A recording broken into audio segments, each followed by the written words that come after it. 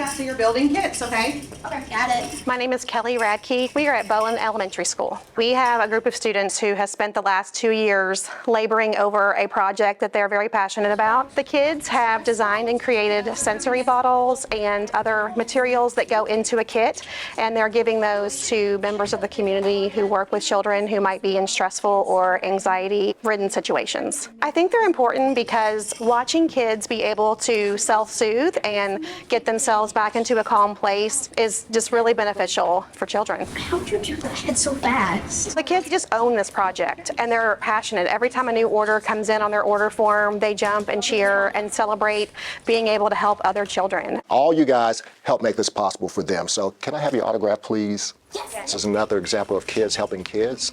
It gives us an opportunity to see what the next future is going to be like. So it's great to see them trying to do things, finding a cause that's bigger than themselves. For someone or a group of kids that have the foresight to bring something to court that helps us do our jobs, helps to make the court a little more comfortable, more inviting to people come in, it really helps me, and it's going to help out my fellow judges as well. So I take my hats off to them because they're doing things that will make the world a better place through little random acts of kindness just like this. I kind of like that feeling of helping the community and building the sensory kits. It's really nice. These sensory kits are really important for helping kids literally cool down with stress and anxiety issues. It's really helpful to help kids and the community. I did a lot of the 3D design along with my partner Grant, and I also love packing the kits as well. Thank you. This is a water bead filled glitter sensory bottle. I feel like it's important because we want a variety of stuff in our kits. This